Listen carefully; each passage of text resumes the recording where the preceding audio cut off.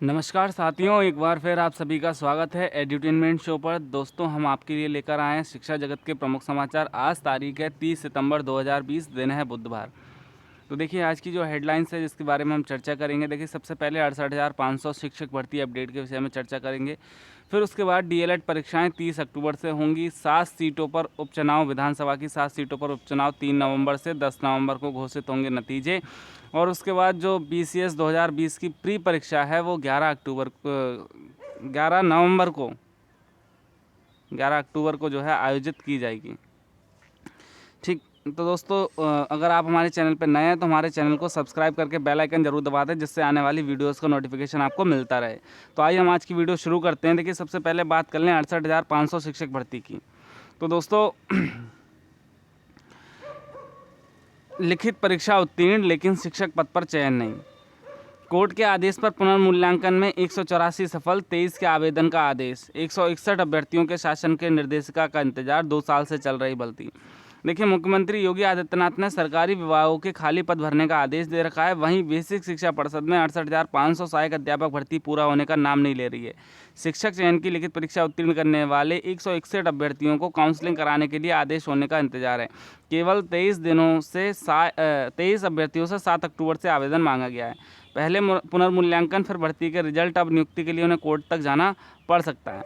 तो देखिए दोस्तों, तमाम सारी अड़चनें हैं, तमाम सारी बाधाएं। कोर्ट कई बार आदेश दे चुका है, कई बार अवमानना नोटिस भी जारी कर चुका है, लेकिन ऐसे में भी जो है विभाग किसी प्रकार की कार्रवाई नहीं कर रहा है। तो निश्चित रूप से कहीं ना कहीं बेहद चिंताजनक है कि जो विभाग की हीला वाली है, अभ्यर्थी जो है उससे काफ़ी परेशान है। और देखिए, कहीं ना कहीं इन सब चीज़ों का जो है नेगेटिव इम्पैक्ट भी अभ्यर्थी के माइंड पे पड़ता है, वो मानसिक अवसाद से घिर जाता है। तो ऐसे में जो है शासन को तुरंत संज्ञान लेना चाहिए। देखिए, या तो बच्चों को मना कर दिया जाए कि भाई उन्हें नियुक्ति नहीं दी जाएगी। अगर वो नियुक्ति के अहर हैं तो उनको भी जो है 23 अभ्यर्थियों के साथ सभी 184 अभ्यर्थियों को काउंसलिंग के लिए बुलाया जाना चाहिए। देखिए, इसमें अगर आप बात कर लें तो ये एक भर्ती नहीं है, ऐसी तमाम सारी भर्तियां हैं। 69,000 शिक्षक भर्ती की बात कर लें, 69,000 शिक्षक भर्ती का एक पार्ट 31,661 की बात कर लें, तो सरकार अपना काम ढंग से कर रही है, लेकिन उसको जो अंजाम देने वाले अधिकारी हैं वो जो है अपना काम ढंग से नहीं कर रहे। और चीज़ों में बहुत मतलब लेट लतीफ़ी देखने को मिल रही है कि तमाम सारी चीज़ें शासन के आदेश होने के बावजूद भी माननीय कोर्ट से ऊपर अधिकारी हो जा रहे हैं, उन चीज़ों पर कोई भी जो है प्रतिक्रिया नहीं दे रहे हैं। आप कल देख लीजिए, कल एक आदेश आया था माननीय हाई कोर्ट का कि जिसमें 4% दिव्यांग मामले में अगर उन्होंने, सरकार ने काउंटर एफिडेविट दाखिल नहीं किया तो उनको 10,000 रुपये जुर्माना भरना पड़ेगा। तो तमाम सारी ऐसी चीज़ें हैं। कोर्ट बार बार अवमानना नोटिस भी जारी कर रहा है, लेकिन अधिकारियों के कान पर कोई जू नहीं रह रही। ऐसे में शासन को सख्त से सख्त कदम उठाने होंगे, जिससे किसी भी अभ्यर्थी का हित प्रभावित ना होने पाए। देखिए, काफ़ी लंबे समय से ये भर्ती चल रही है 68,500, और आज की तिथि में भी बहुत सारे ऐसे बच्चे हैं जो पास होकर भी नियुक्ति के लिए दर दर की ठोकरें खाने को मजबूर हैं। तो निश्चित रूप से ये बेहद गंभीर स्थिति है और सरकार को इन सब चीज़ों पर ध्यान देना चाहिए। देखिए, देश का युवा अगर इस तरीके से परेशान है तो निश्चित रूप से देश के लिए चिंता का विषय है। देखिए, आगे बढ़ते हैं। डीएलएड की सेमेस्टर परीक्षाएं 30 अक्टूबर से। देखिए, हमने आपको कल ही वीडियो के माध्यम से डेट शीट भी उपलब्ध करा दी थी, जिसमें हमने आपको बता दिया था कि डीएलएड की जो सेमेस्टर परीक्षाएं 30 अक्टूबर से प्रारंभ होंगी। देखिए, प्राथमिक स्कूलों में शिक्षक बनने का प्रशिक्षण पाठ्यक्रम DElEd, diploma in elementary education की परीक्षाओं का कार्यक्रम जारी हो गया है। परीक्षा नियामक प्राधिकारी उत्तर प्रदेश की ओर से परीक्षाएं 30 अक्टूबर से 11 नवंबर तक सभी सेमेस्टर की परीक्षाएं आयोजित की जाएंगी। पहले उन प्रशिक्षुओं की परीक्षाएं हैं जिनका बैक पेपर है, उसके बाद नियमित सेमेस्टर का इम्तिहान होगा। ज्ञात हो, बेसिक शिक्षा राज्य मंत्री ने डीएलएड 2018 तृतीय व 2019 प्रथम सेमेस्टर के प्रशिक्षुओं को कक्षोन्नति दी है। परीक्षा नियामक प्राधिकारी अनिल भूषण चतुर्वेदी ने बताया कि बीटीसी बैच प्रथम सेमेस्टर और सभी बैक की जो है 30 से 1, फिर उसके बाद तृतीय सेमेस्टर की जो है 2 से 2, 3, 4, और द्वितीय सेमेस्टर की 5, 6, 7, और जो आपका फोर्थ सेमेस्टर है उसकी 9, 10, 11। इस तरीके से आप डेट शीट जो है देख सकते हैं, वेबसाइट पे भी उपलब्ध है। और जो हमारी पिछली वीडियो है उसमें भी आपको डेट शीट पूरी देखने को मिल जाएगी। तो दोस्तों, देखिए, समय बहुत ज़्यादा नहीं है आप लोगों के पास, और ये मौका कह सकते हैं स्वर्णिम मौका है। अगर यहाँ पे जरा सी भी चूक हुई तो निश्चित रूप से आपका भविष्य जो है अंधकार में हो सकता है। देखिए 4th सेमेस्टर के बच्चे खास करके ध्यान दें, आपके लिए इन पेपरों के बाद आपको भर्ती परीक्षा, टेट, सुपर टेट दोनों देखने को मिल सकते हैं। तो ऐसे में किसी भी प्रकार की ढील ना डालें, परीक्षा में मेहनत करके परीक्षा दें और उसमें उत्तीर्ण हो, क्योंकि जिससे आप आने वाली भर्ती से वंचित ना होने पाएँ। अगर आप आने वाली भर्ती से वंचित हो गए तो निश्चित रूप से बेहद दुखद होगा। बाकी जो सेकंड सेमेस्टर के छात्र परीक्षा दे रहे हैं 2019 बैच के, उनके लिए ये ज़रूरी है कि भाई अगर सेकंड सेमेस्टर में उनकी बैक लग गई धोखे से, तो उनका फर्स्ट सेमेस्टर में भी बैक लग जाएगी और उन्हें 2 बैकें क्लियर करनी पड़ेंगी। तो ऐसे में कोई भी स्टूडेंट जो है बिल्कुल भी कोताही ना बरते, पूरी तन मन धन से जो है पढ़ाई में जुट जाए। आगे बढ़ते हैं। देखिए अब परिषदीय शिक्षकों के पारस्परिक तबादले 22 को। देखिए बेसिक शिक्षा परिषद के शिक्षकों का पारस्परिक अंतर जिला तबादला आदेश 22 अक्टूबर को जारी होगा। परिषद ने 9,641 शिक्षकों को भी को सहूलियतें दी हैं। बीएसए ने यदि गलती से पंजीकरण असत्यापित या निरस्त कर दिया है तो समिति से लेकर अनुमोदन लेकर कार्रवाई की जा सकती है। परिषद सचिव प्रताप सिंह बघेल ने निर्देश जारी कर दिया है। देखिए दोस्तों, जो म्यूचुअल ट्रांसफ़र होने हैं और ट्रांसफ़र होने हैं उसकी कहते हैं शेड्यूल आ चुका है, जिसमें दावे व आपत्ति का निस्तारण 6 से 9 अक्टूबर तक होगा। जिसमें बीएससी की ओर से समिति के निर्णय के बाद पंजीकरण को सत्यापित करके लॉक करना, ये होगा आपका 10 से व 11 अक्टूबर को। शिक्षकों की ओर से आपसी सहमति से पारस्परिक तबादले के लिए आवेदन पत्र अंतिम रूप से पूर्ण करना, ये होगा 12 से 17 अक्टूबर तक। और अंतिम सूची, जो फाइनल सूची प्रकाशित होगी कि ट्रांसफ़र किसका हुआ, कहाँ हुआ, तो वो आपकी 22 अक्टूबर को फाइनलाइज पब्लिश होगी। तो निश्चित रूप से जो काफ़ी समय से शिक्षक जो है इंतज़ार कर रहे थे इन ट्रांसफ़र्स का, तो काफ़ी समय बाद जो है उनको हरी झंडी मिली है और निश्चित रूप से जो है 1 महीने का समय लगेगा इस सब चीज़ों में और उनके ट्रांसफ़र्स हो जाएंगे। उसके बाद देखिए डीएलएड प्रशिक्षुओं का प्रशिक्षण अब ऑनलाइन। देखिए डीएलएड प्रशिक्षुओं की ट्रेनिंग अब ऑनलाइन होगी। डाइट एवं निजी कॉलेजों के डीएलएड प्रशिक्षु अब ऑनलाइन घर बैठे ही अपनी ट्रेनिंग पूरी करेंगे। इतना ही नहीं, दिन भर की गतिविधि जीपी गवर्नमेंट पार्टनरशिप ऐप पर भी साझा करेंगे। बदलते हालातों में डीएलएड प्रशिक्षुओं की गतिविधियों की जारी रखने की योजना तैयार की है।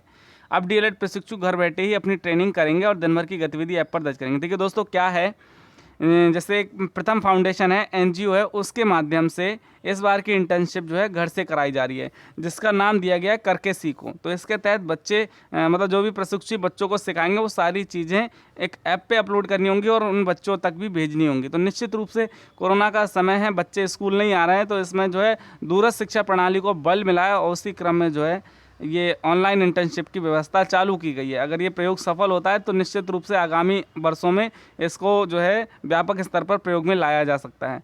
तो इसमें देखिए गतिविधि क्या क्या होंगी। तो ऑनलाइन इंटर्नशिप के दौरान कितने बच्चों को पढ़ा रहे हैं, उनके परिवार, फ़ोन नंबर की जानकारी ऐप पर दर्ज करनी होगी। कितने बच्चे ऑनलाइन पढ़ रहे हैं, कितने के पास संसाधन नहीं है, यह जानकारी भी देनी होगी। दिन भर में भाषा और गणित में बच्चों ने क्या पढ़ा और क्या नहीं पढ़ पाए, इसका कारण भी देना होगा। देखिए चीज़ों को माकूल ढंग से उनको अप्लाई करवाना है, तो इसके लिए जो एनजीओ उसका सहयोग लेकर ये प्रक्रिया की जा रही है और जिसमें जो प्रशिक्षु हैं उसे डेली रिपोर्टिंग देनी होगी अपने ऊपर अधिकारियों को ऐप के माध्यम से कि जो उसने पूरे दिन काम किया उसका क्या फीडबैक निकल के आया। तो निश्चित रूप से बेहतर पहल कह सकते हैं सरकार की और जो है संस्थानों की, और इससे जो है निश्चित रूप से कहीं ना कहीं सार्थक परिणाम निकल कर भी आएंगे। देखिए कोविड स्वघोषणा पत्र के साथ ही परीक्षा में अनुमति। देखिए खबर है, कर्मचारी चयन आयोग ने अक्टूबर नवंबर में प्रस्तावित कंप्यूटर बेस्ड परीक्षाओं सीबीटी के लिए दिशा निर्देश जारी किए हैं। एसएससी की ओर से जारी दिशा निर्देश को 3 भागों में जारी किया गया है। आयोग ने पहले भाग में परीक्षार्थियों के लिए सामान्य दिशा निर्देश रखा है, तो दूसरे भाग में कोविड के बारे में अभ्यर्थियों को सलाह दी गई है। तीसरे भाग में कोविड से जुड़ा स्वघोषणा पत्र है, जिसमें परीक्षार्थियों को यह लिखकर देना होगा कि उनमें कोरोना के लक्षण नहीं है। तो देखिए निश्चित रूप से तमाम सारी परीक्षाओं का जो है एसएससी ने कैलेंडर घोषित कर दिया है, जिसमें बहुत सारी परीक्षाएं शुरू होनी है।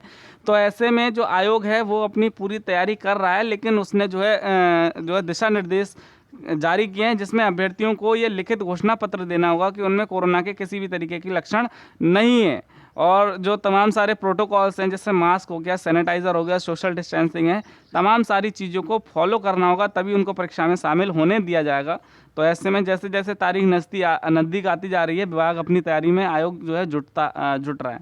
परीक्षार्थी फेस मास्क, छोटी बोतल, हैंड सैनिटाइज़र, पारदर्शी पानी की बोतल, ये सब चीज़ें जो है लेकर आएंगे।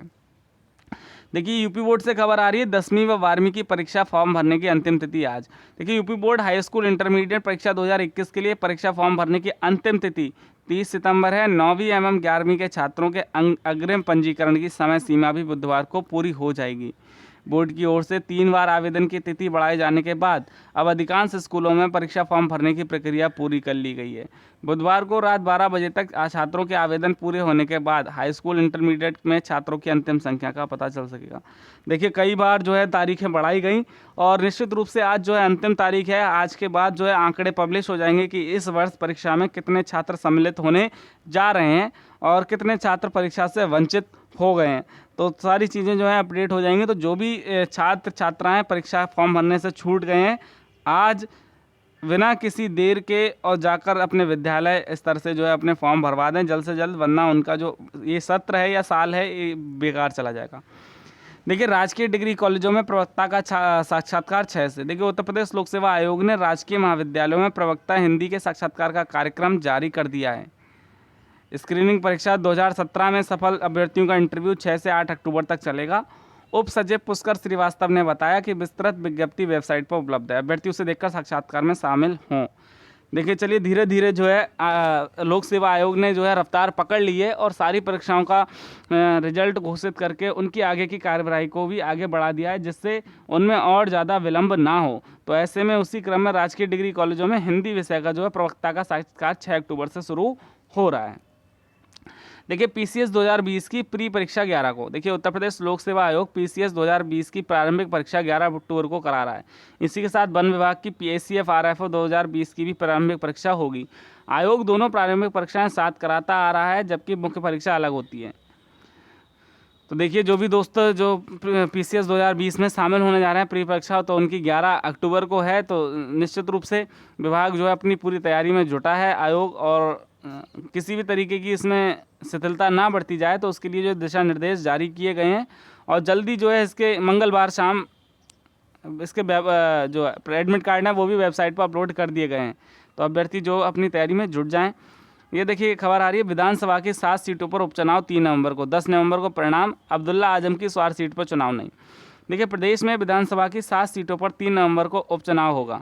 10 नवंबर को मतगणना होगी और उसी दिन नतीजे आ जाएंगे। वहीं सपा सांसद आजम खां के बेटे अब्दुल्ला आजम की सदस्यता फर्जी जन प्रमाण पत्र के चलते खारिज होने से खाली हुई सीट स्वार पर अभी उपचुनाव की घोषणा नहीं हुई है। गौरतलब है कि विधानसभा सचिवालय ने राष्ट्रपति से अब्दुल्ला आजम को 6 वर्ष के लिए चुनाव लड़ने से प्रतिबंधित करने की सिफारिश की है।